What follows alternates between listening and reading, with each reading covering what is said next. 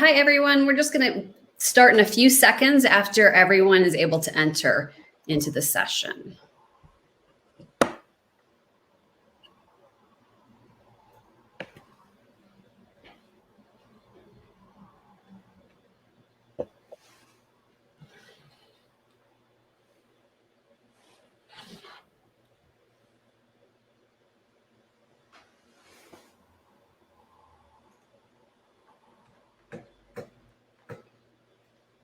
So welcome to day 3 of the virtual 2020 STD Prevention Conference. I'm Jamie Licklider in the Division of STD Prevention at CDC. And before we start today's session, I just want to provide some housekeeping updates. First, if you're interested in continuing education credits, please see the conference website for more information. Second, posters were released yesterday, so please check them out when you have a chance. And then finally, immediately following this session, we will have a brief presentation of the Jack N. Spencer Award. So please stay for this. So our first plenary session today is Big Data and Big Dates, today's high-powered analytics and hookup culture. And our speakers are Dr. Lisa Wade and Dr. Philip Wolf. Our first speaker is Dr. Lisa Wade. She is a visiting scholar at Tulane University, officially joining the faculty in 2021 as an associate professor with appointments in sociology, the Gender and Sexuality Studies program, and the Newcomb Institute. Her research explores how gendered ideas about the body inform sexual attitudes and behaviors and sexuality-related discourse and policy. She is a leading scholar in research on collegiate sexual culture and the author of 2 sociology textbooks, Terrible Magnificent Sociology and Gender Ideas, Interactions, and Institutions with Myra Marks Ferry. You can find her online at lisa-wade.com and on Twitter at Lisa Wade. Dr. Wade's presentation today is entitled Hooking Up, the New Culture of Sex on Campus, and I will now turn it over to her.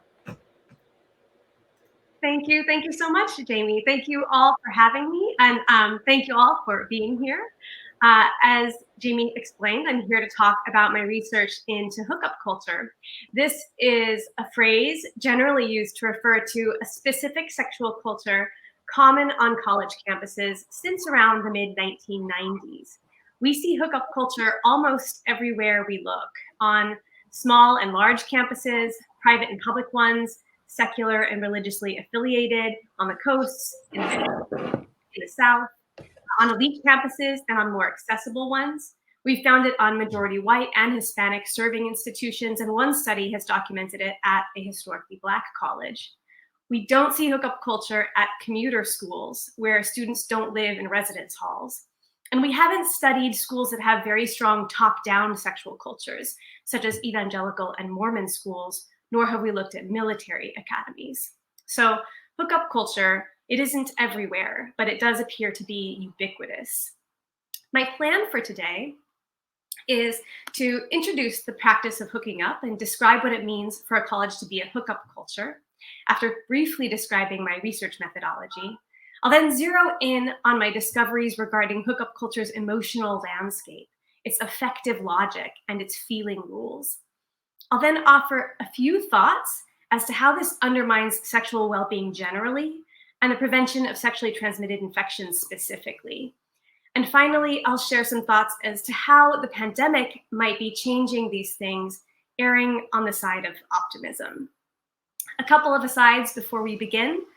First, on a technical note, hookup when used as a noun is one word, and hookup when used as a verb is 2. So you will see it spelled in 2 ways. I also use unedited student quotes, so there will be a little bit of foul language in this talk. For my investigation of hookup culture, I asked 110 students to volunteer to submit weekly reflections on sex, dating, and relationships on campus. I did this 3 times over a few years at 2 colleges, one religiously affiliated and one secular, and I collected over 1 million words from 101 first-year college students. I had a 92% response rate. These were a very diverse group. 22 were from working class or poor backgrounds, 45 were students of color, reasonably balanced between Asian, African American, and Latino. No students identified as Native. 75 of these students were women, 26 were men, 0 identified as trans, non-binary, or genderqueer. 19 identified as a sexual minority or were questioning their sexual orientation. So a really nice, diverse group of young people. In addition to these journals from students, I've traveled to speak about hookup culture at over 80 colleges and universities, talking to students, administrators, and staff, testing theories. I've read hundreds of firsthand accounts of hookup culture in student newspapers.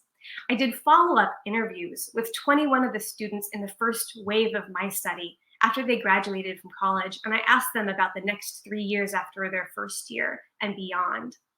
And of course, I've brought my own research into dialogue with hundreds of well-crafted scholarly and news articles that have been published in the last 10 years. And this includes one very rich quantitative data set, the Online College Social Life Survey, which is a study of over 24,000 students at over 20 institutions of many kinds that focuses in on hookup culture. What is distinct on college campuses today is not the hookup, but hookup culture. A hookup is a presumed one-time sexual encounter with no acknowledged romantic intent. About a third of these include sexual intercourse, about a third include what we would just call making out, and a third includes some kind of manual or oral contact with genitals. Most are initiated in a party environment or in its immediate aftermath, and they usually occur at the party or in a student's residence. As we all know, there is nothing particularly new about hooking up. But hookup culture is quite new, at least on college campuses. Hookup culture is an environment in which hooking up is institutionalized, routinized, and ideologically hegemonic. It's institutionalized, meaning that hookup culture is part of the rhythm and architecture of higher education. Students know where to hook up. They know when to hook up. It's built into the ways in which people get through college. Hookups are also routinized, meaning that there are widely known scripts that are consistently followed. And it's ideologically hegemonic in that the hookup holds sway as the right or best way to engage sexually. My findings confirmed that students felt ensconced within a hookup culture. Most report feeling that hooking up doesn't feel like something they can do. It feels like something they should do. Jocelyn, for example, after declining a hookup with a friend of a friend, chastised herself. She said, "I know that I should want to have sex all the time and should take advantage of it when I get the chance.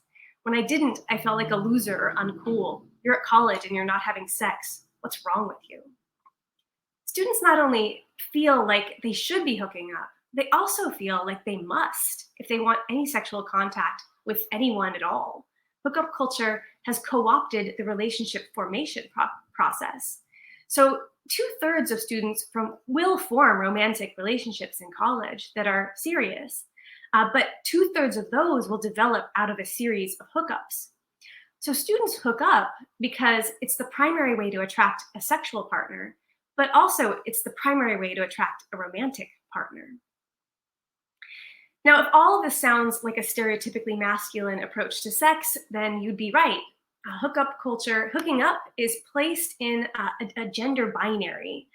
So hooking up is the masculine way to do sex, and relationships is considered a feminine way to do sex.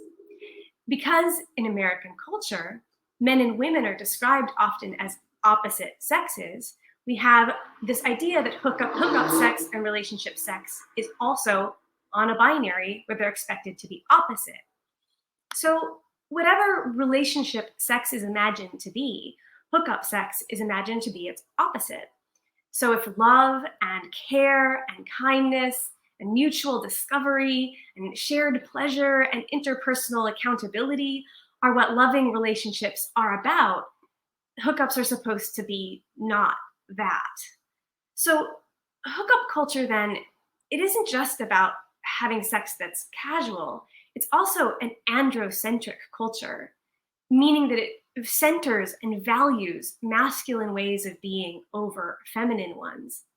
That means it stigmatizes feminine values like cooperation and connection and care. Hookup culture is self-serving, it's status-oriented, it's competitive, and sometimes it's zero-sum. So hookup culture fits with our stereotype of what men want. But what we see starting in the mid-1990s is that the majority of students, including most college women, and especially those who are white and middle or upper class, also start to endorse this approach to sex in college. Women do so because in 2020 America, women's liberation is generally defined as women's right to be able to do what the stereotypical man does. This is one of the most lasting consequences of the women's movement of the 1970s. Feminists of that era wanted two things. They wanted women to be able to have access to male arenas of life and masculine personality traits, because those were what was valued in our society. And they wanted everyone to sit up and notice that the female arenas of life and the feminine personality traits that we thought of were also valuable. They would get the first of these things, but not the latter. So we shouldn't be the slightest bit surprised when young women today apply an androcentric logic to sex, because they're encouraged to apply that logic to just about everything in their lives. As one student put it, I railed against the idea that women were needy, dependent, easily heartsick, easily made hysterical by men, attention-obsessed, and primarily fixated on finding romance. I did this by proving how very like a boy I could behave. She called it sexual tomboyery. The point is to have sexual contact with others, but not appear to be interested in an emotional connection with them. Students felt a great deal of pressure to do this. To appear romantically interested or even overly friendly was to risk seeming, in my students' own words, clingy or needy, obsessed, in today's parlance, thirsty. People who can convincingly perform that sense of not caring have enhanced sexual capital. One of my students, Desiree, said, emotional involvement is unattractive in a hookup culture. And Avery adds, one of my biggest turnoffs is a man who's overly clingy. When I give talks to undergraduate students, I talk about the worst thing you can get called in hookup culture. It used to be slut, right? It's not that anymore. It's not even prude, which is quite consistent with hookup culture. The worst thing you can get called in hookup culture today is desperate. And this usually gets a small gasp of recognition from the crowd. Avoiding accusations of desperation requires hewing to the emotional landscape of hookup culture and performing a recognizable version of casual. I identified 4 strategies with which students demonstrate to their hookup partners their shared activities are, as students say, meaningless. Strategy 1 is drunkenness. So alcohol use, it is liquid courage, but it also functions to differentiate casual from non-casual sex. Sober sex is serious, drunk sex is not serious. Ruby, for example, says, with alcohol, anything is funny and okay and just a joke. This is part of why interventions to reduce the incidence of drunk sex on most campuses are failing. Hookup culture, or hooking up, is just logically impossible without alcohol. So asking students to hook up sober is like asking them not to hook up at all. Strategy 2 was avoid tenderness. To avoid the impression of interpersonal care, hookup sex is definitely supposed to be hot, but not supposed to be warm. Anything that indicates intimacy needs to be avoided if students are intent on following the rules.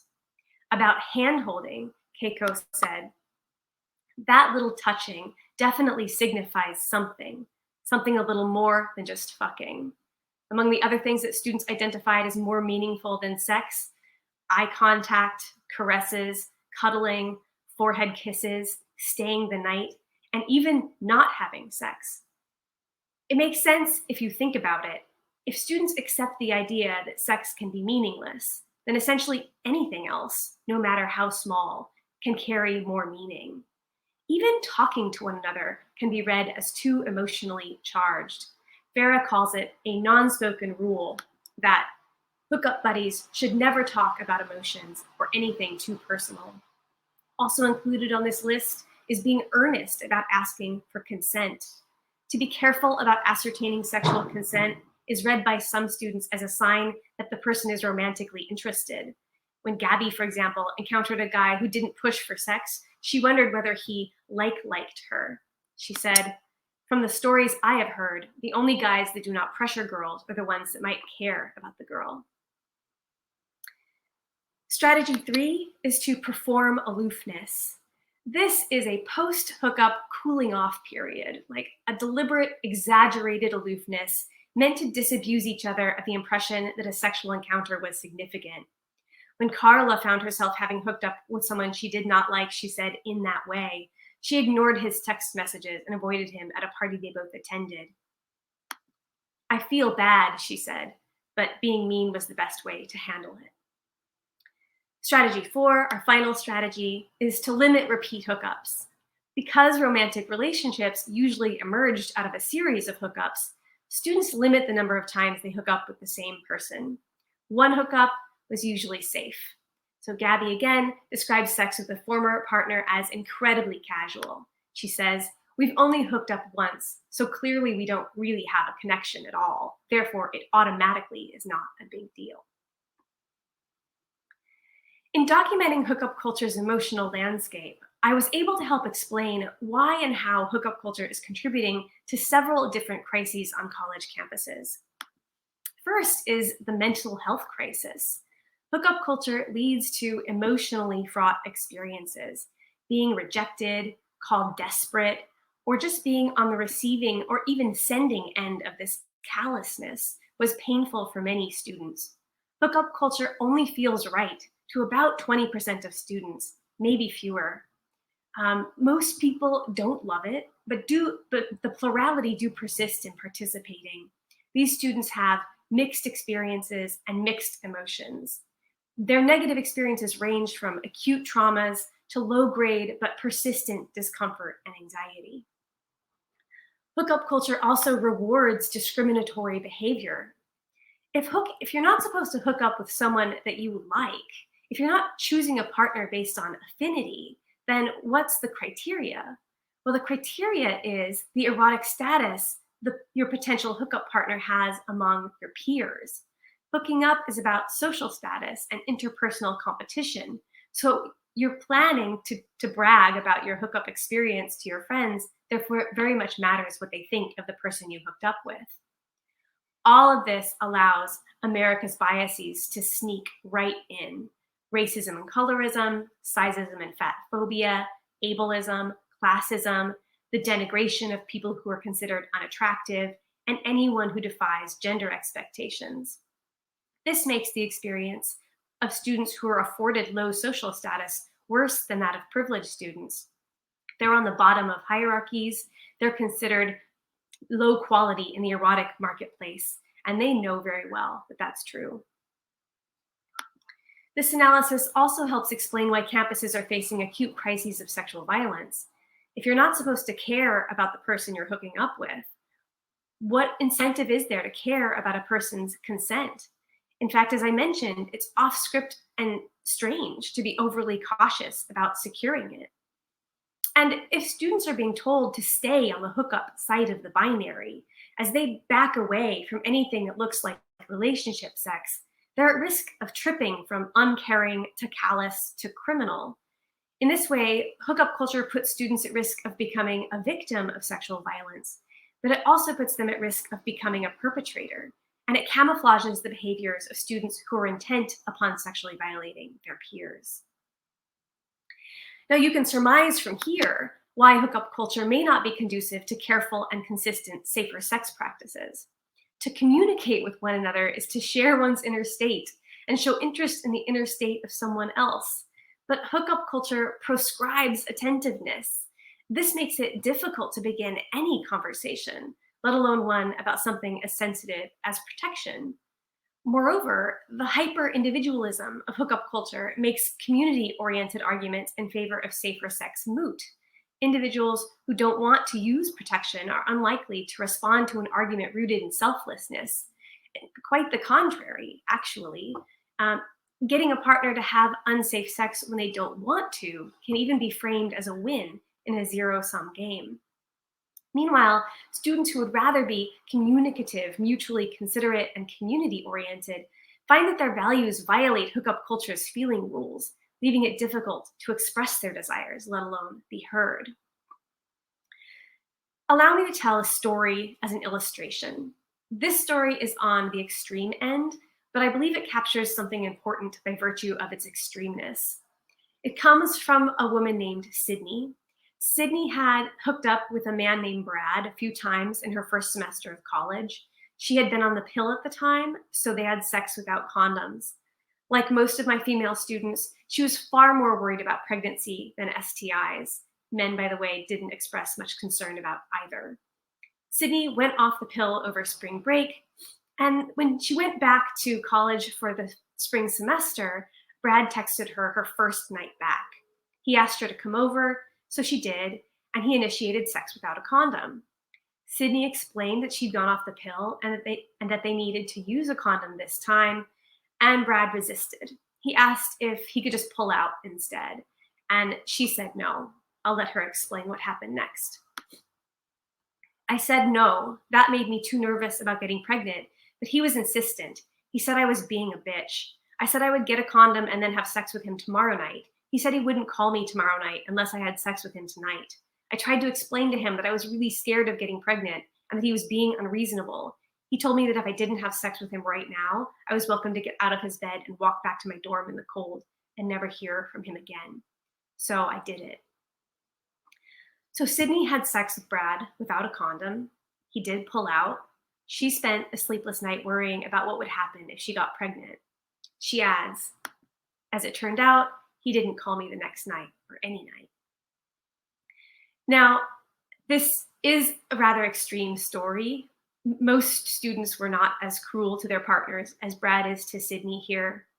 Also, undoubtedly, Sydney is a complicated person, and there's certainly more than one reason why she succumbed to Brad's demands.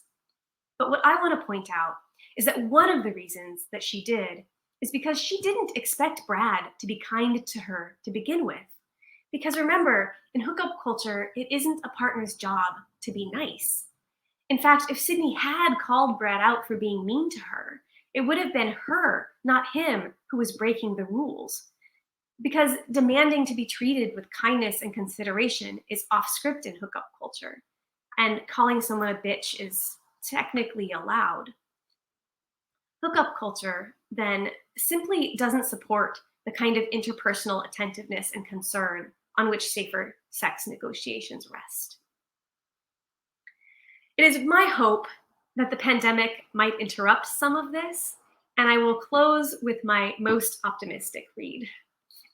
First, sociologists differentiate between how people use culture during settled times and unsettled times. Settled times are ones that are familiar and stable, nothing surprises you. During these times, people tend to think relatively little about their beliefs and habits. They just move forward as they have moved on before. Unsettled times are unfamiliar and unpredictable. People's assumptions and routines are disrupted. This requires them to reevaluate what they think and do. This is definitely an unsettled time. Students are being forced to think more consciously about whether what they want sexually is what they've been told to want. They're having to think more consciously about whether campus sexual culture is sustainable in the medium term and whether they desire to sustain it at all.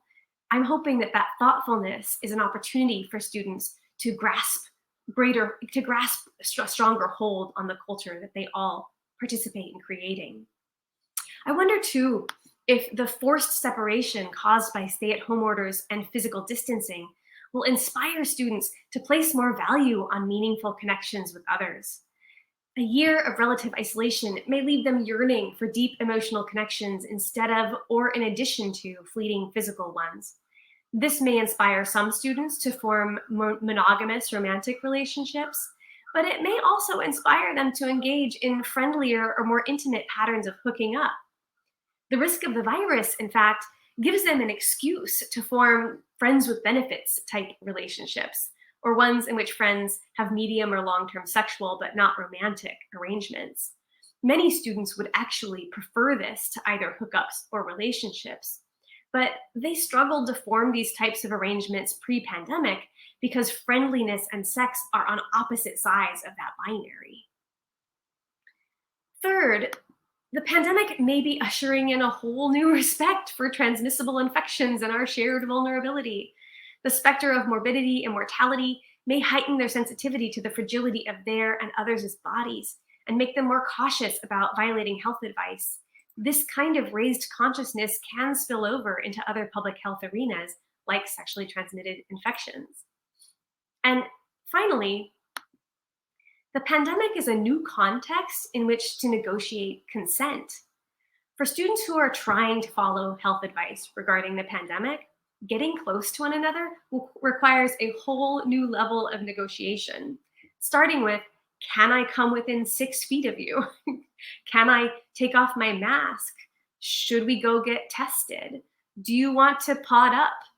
The new skills they developed for coronavirus-related consent may translate into better communication and negotiation skills generally that they may also apply to safer sex. My plan is to start collecting data aimed at testing these hypotheses in just later this semester. Thank you so much for this opportunity. It was a pleasure and honor to speak to you all. And if you'd like to know more about my work, please feel free to reach out. You can find out everything you need to know at lisa-wade.com. Thank you so much. Thank you, Lisa. That was a great talk, very informative and very interesting. And it was great to show what may happen in the post-COVID world. My pleasure. Thank you so much for having me. Our next speaker is Dr. Philip Wolff. He received his PhD from Northwestern University and is currently a professor of psychology at Emory.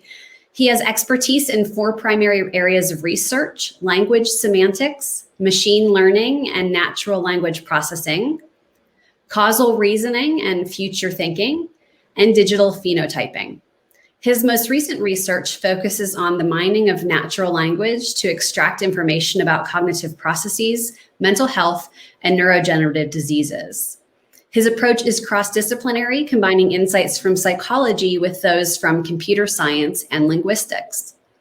In addition to serving as the director of the concentration in cognition and development, he has served as interim chair of linguistics at Emory, as faculty at the 2007 Summer Institute of Linguistics at Stanford, and as an associated faculty member at Emory's Department of Computer Science. Dr. Wolff has also served as an associate editor for the journal Cognitive Science and as a member of several other editorial boards. His presentation is entitled Predicting People's Decisions from Millions of Words, a Big Data Approach, and I will now turn it over to Dr. Wolff.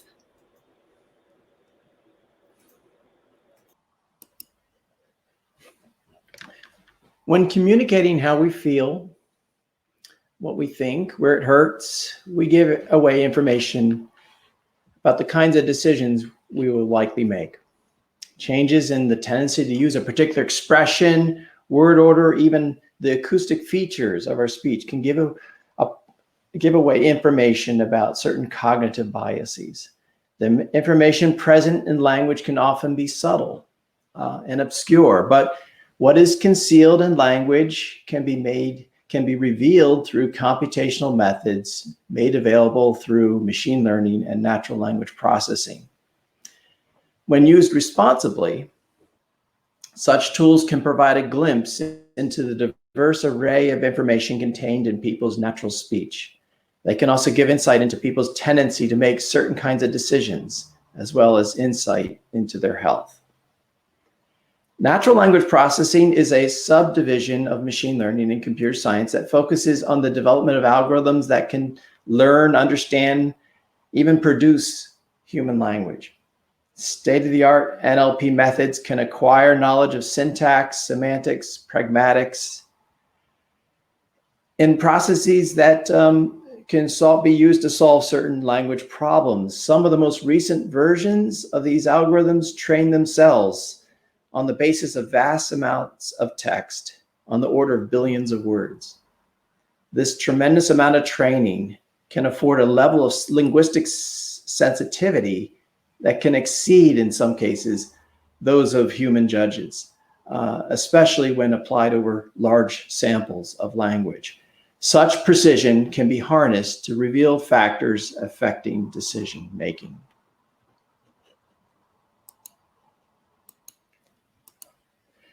The manner in which these methods can be used to predict decisions was recently demonstrated in a line of research I pursued with a student, a former student, Robert Thorstad, who's now actually at the Wall Street Journal.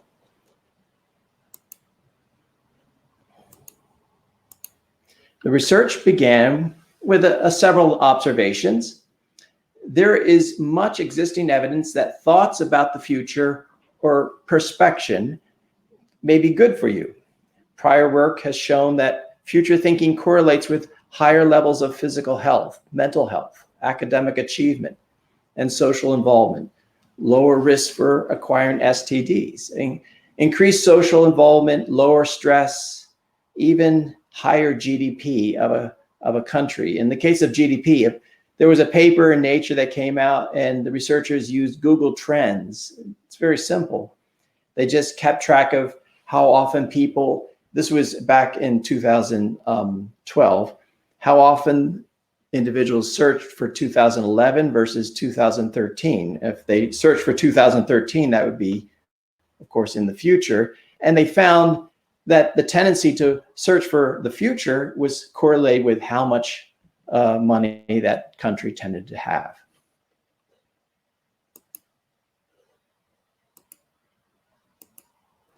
Stating the obvious, sometimes people act responsibly.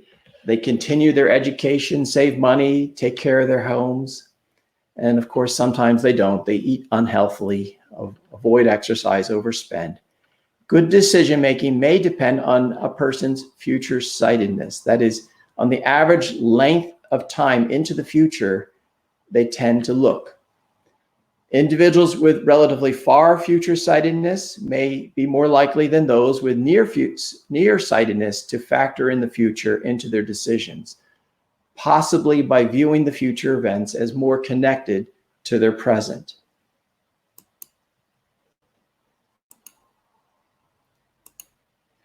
Prior literature supports this hypothesis. Near future sightedness has been found to be associated with several kinds of addiction, including alcoholism, drug dependence, gambling. Far future sightedness has been found to be associated with healthy behaviors such as investment and long-term savings accounts. However, the relationship is not always clear when that relationship is directly investigated. The inconsistencies have been found in experiments using what are called delay discounting tasks. In a delay discounting task, you're asked questions like, would you prefer $60 today or $100 in 6 months?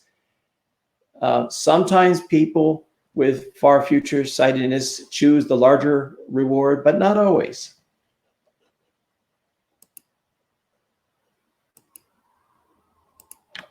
The inconsistencies could be due to the way future sightedness is measured. Such assessments are typically measured using what's called the Wallace task, where people are asked to imagine a future event and then report the amount of time until its occurrence. When people are asked to imagine future events, they most likely come up with the sort of events that are going to be major in their lives. However, this, of course, doesn't reflect normal future thinking. Normal future thinking isn't necessarily about when will I get married, but rather, what am I going to have for dinner tonight?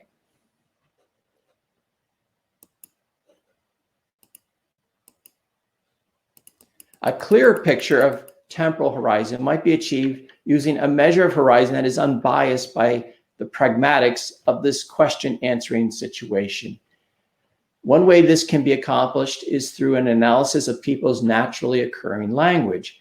And one source for such language would be from social media like Twitter. Now, in Twitter, a message is, as you know, it's called a tweet.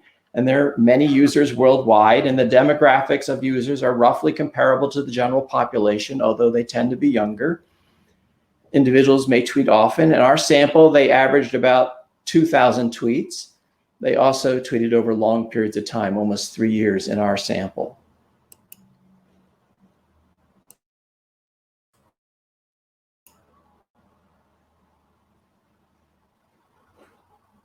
Crucially, people write about all kinds of things, and what they talk about contains references to the future. They talk about going to movies, about buying objects like guitars. They talk about reunions.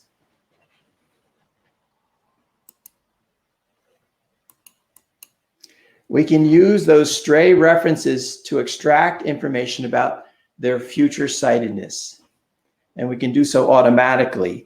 In the following experiments, we used a modified version of what's called the Stanford Temporal tagger. And I say modified because we made some additions that improved the performance.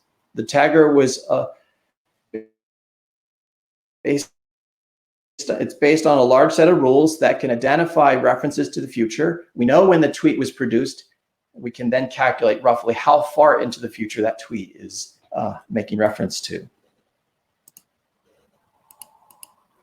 We use the tagger to investigate whether what you say gives away information about what decisions you'll tend to make. In particular, will you tend to, let's say, choose a larger reward based on what you're saying in your tweets? Amazon Mechanical Turk workers completed a discounting task. Again, this is a task where you're answering questions like, do you want $60 today or maybe $100 in 6 months? Afterwards, we asked for their Twitter handle. If they gave it to us, we looked back at their tweets. And from that, we could extract an estimate of how their tendency to think about the future. As it turns out, the implicit content of their tweets gave away information about their likely behavior on that task.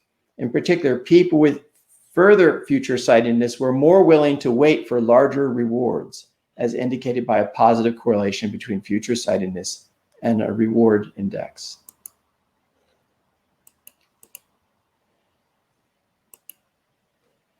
The next study looked at future sightedness and risk-taking. Our main prediction was that having far future sightedness would increase people's sensitivity to future costs, and hence make them less likely to take risks. We tested this prediction by having MTurk workers engage in a balloon analog task, or BART. In the task, each time you pump a balloon, you make money, but if you overpump, the balloon might pop and you lose all the money. In terms of the balloon task, we predicted that participants with further temporal sightedness, as indicated by the content of their tweets, would explode fewer balloons. As before, we obtained their Twitter handles after the task and then use that to assess their tendency to think about the future. As it turns out, the implicit content of their tweets gave away information about their willingness to take risks. As predicted, individuals with far sightedness took fewer risks than those with short temporal sightedness. In the last two studies, people's decision-making could be predicted from their past language. This finding implies that their future sightedness is relatively stable. In the next study, we looked at that assumption more explicitly. The main prediction was that if future sightedness is a stable cognitive characteristic, then the average future sightedness of any two tweets from the same individual should be more similar than two tweets from two independent individuals. It's also possible that future sightedness might be a state type characteristic. That is, it could change with context. And if this is the case, then the similarity between two tweets that are, let's say, close in time should be more similar than the two tweets that are further apart in time. This analysis involved roughly 40,000 people who had on average about 2,300 tweets over as far as 9 years. And again, we used the Stanford Temporal tagger to analyze those tweets. The results supported the hypothesis that future horizon is both a trait and a state. In support of the trait idea, we found that Differences in future horizon between two tweets, these are the purple bars here. Two tweets were closer from if they were drawn from the same individual than if they were drawn from separate people. So that suggests it's a cognitive characteristic inherent to that person. But we also found evidence for state qualities. We found that two tweets from the same individual were closer if they were only 1 day apart than if they were, let's say, a full half a year apart. These last three studies show how we can use people's language to predict their decisions, including tell something about their cognitive tendencies. Moving forward with this idea, we might be able to use their language to not only tell us about those tendencies, but maybe even something about their health.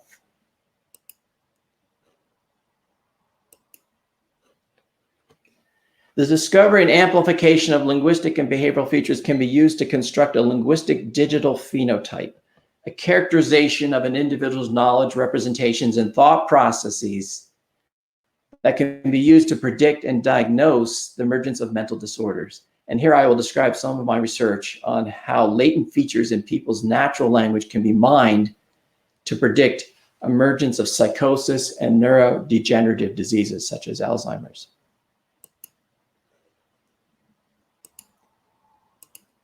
Psychotic disorders are among the most debilitating of mental illnesses. They compromise, of course, our ability to think and to feel. There are no cures at this point, but early intervention is good. It can help lead to a slower decline in cognitive functioning. The onset of psychosis is usually preceded by a prodromal phase that is characterized by subclinical abnormalities in thought, perception, and communication. Again, the challenge would be, could we detect whether these individuals would convert to psychosis at that earlier stage?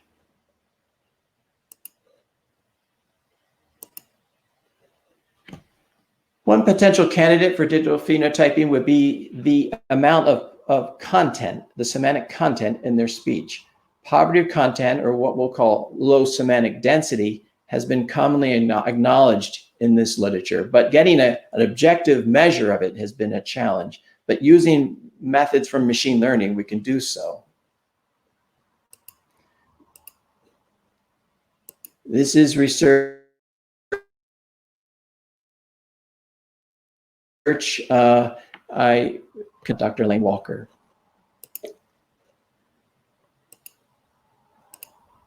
We investigated the first two potential linguistic indicators of psychosis and in a study involving 40 participants, all part of the North American Prodrome longitudinal study. Machine learning methods allow us to look at the meaning inherent in language. And what that involves basically is we take many documents and we represent the meaning of the words by converting those documents into vectors. And at the very tail end of this pipeline is actually a map of the English language. The blues are nouns, the reds are verbs. If you could see closer, there's some other colors for the prepositions and adverbs and so on. This is this basically the shape of the English language.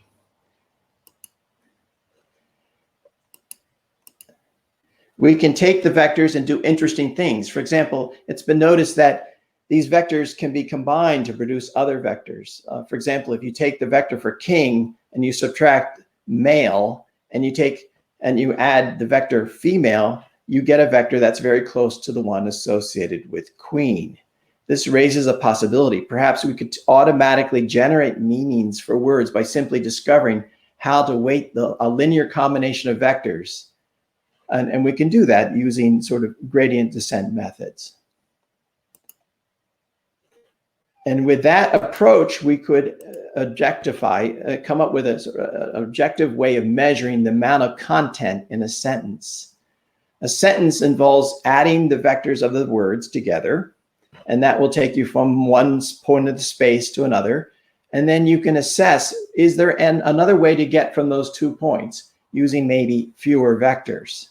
Using gradient descent, we can discover whether or not there is another combination of vectors that will do so. And to the extent there are fewer vectors, then we would have evidence that we have less semantic density.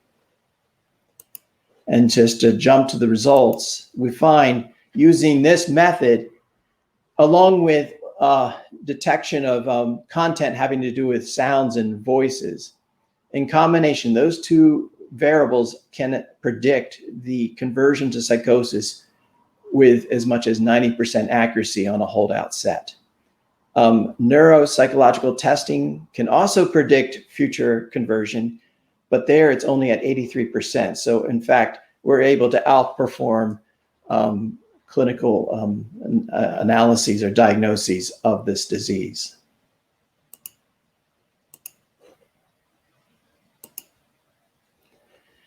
One of the perhaps most powerful aspects of this method is you don't have to go into the problem already knowing what the categories are. You can use it to discover what the categories are.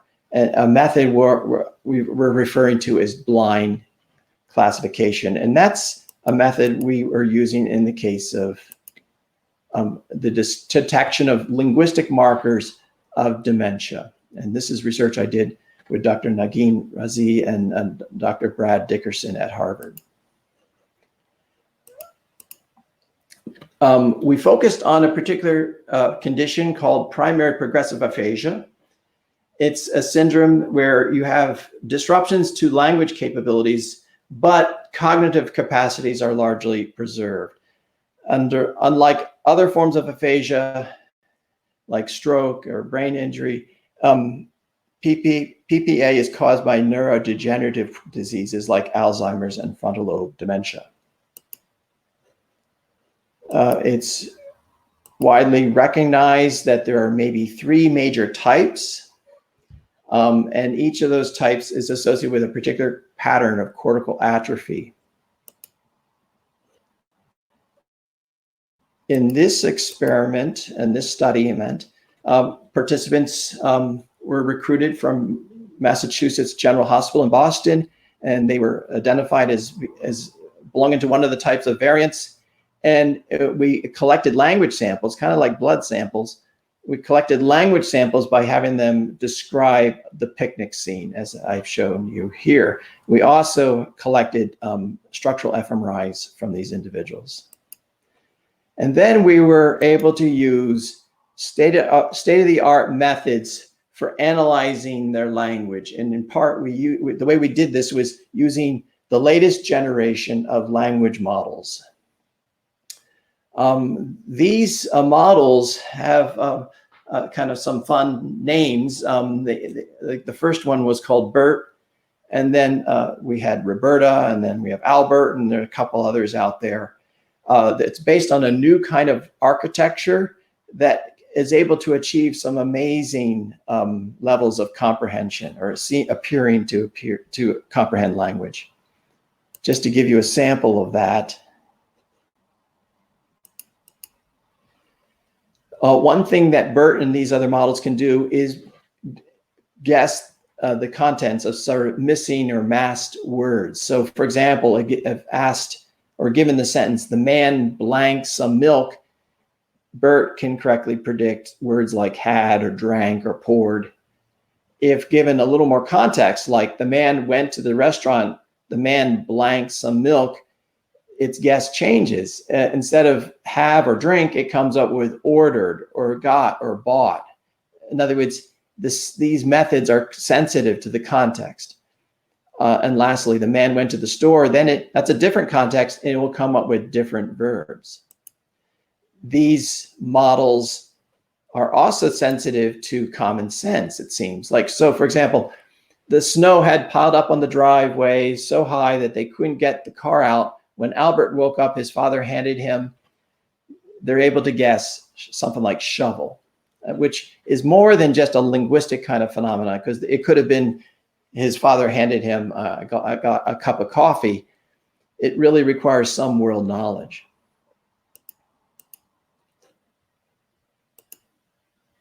It's also been determined that these models are doing a very good job of capturing many aspects of syntax. So in sum, we have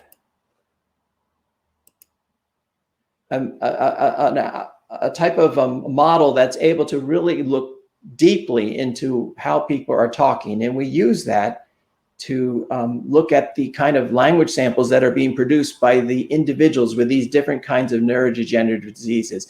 And the task was very simple. Simply given individuals with, let's say, one type of disorder and individuals from another, do a simple classification. In other words, simply tell us, is this person, let's say, an agrammatic PPA individual or someone with logopenic PPA?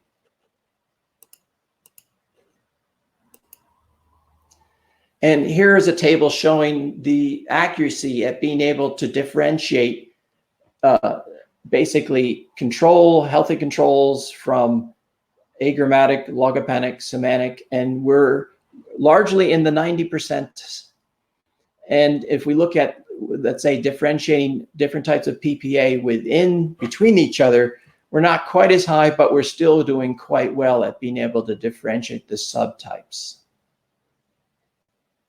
And again, let me emphasize, this is based only on their language. Just describing that picnic scene, they're giving away information about what's going on in their head. So language can be used to identify individuals with PPA, can be used to differentiate types of PPA variants. And all of these things can be learned in a way we don't know what the features it's using. It finds those features. And some additional work, we're using this to address the question of, are there really only 3 types, or maybe there are more than 3 types? We can use this method to discover whether or not there may be other types of organizations of this disease.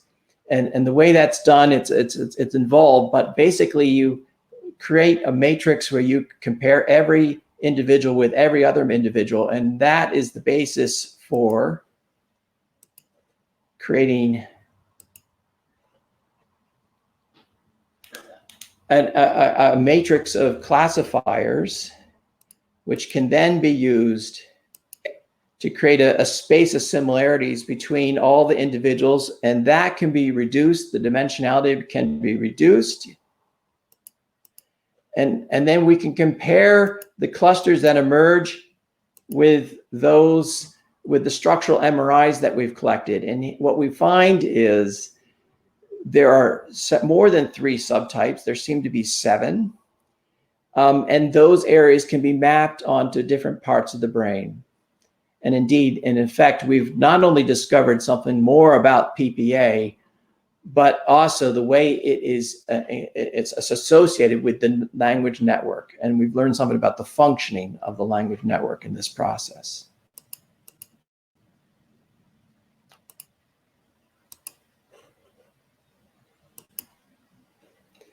So in sum, language models can be used to discover diagnostic linguistic features. Discovered features can be used to classify types of PPA and distinguish them from controls. Discovered features can be used to discover types of PPA. Discovered types of PPA can be used to uncover neural networks. And lastly, let me just say a few things about potential implications for STDs. So we started with some analyses of social media, and I think what this represents, among other things, is a potential alternative approach to surveys. There are, of course, problems when you ask people to state explicitly what they believe or think or feel. We can get at many of those characteristics indirectly through analyses of their just sort of natural language. The social media analyses can be used to discover pockets of future nearsightedness. In a sense, by that, we can not only look at individuals that have performed a certain task, we can look across the entire country for, let's say, areas where there could be low future sightedness or high future sightedness. In fact, we've conducted those analyses, and the patterns are quite interesting. And we could even not only look at it with respect to space, but then how those tendencies to think about the future or the past can change over time. Machine learning methods can be used to identify individuals with STDs, even when they talk about topics unrelated to that disease. They probably give away the state of their situation when they're talking about how things are going in life. And lastly, machine learning and NLP methods can be used to identify subtypes of thinking styles relevant to STDs. Thank you very much.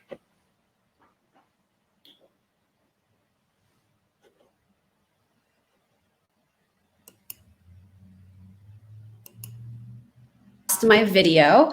That was really interesting information, and it would be great to see how that actually applies to STD. But now we're going, and I thank you, Lisa, as well for our session. And now we're going to have the presentation of the Jack N. Spencer Award.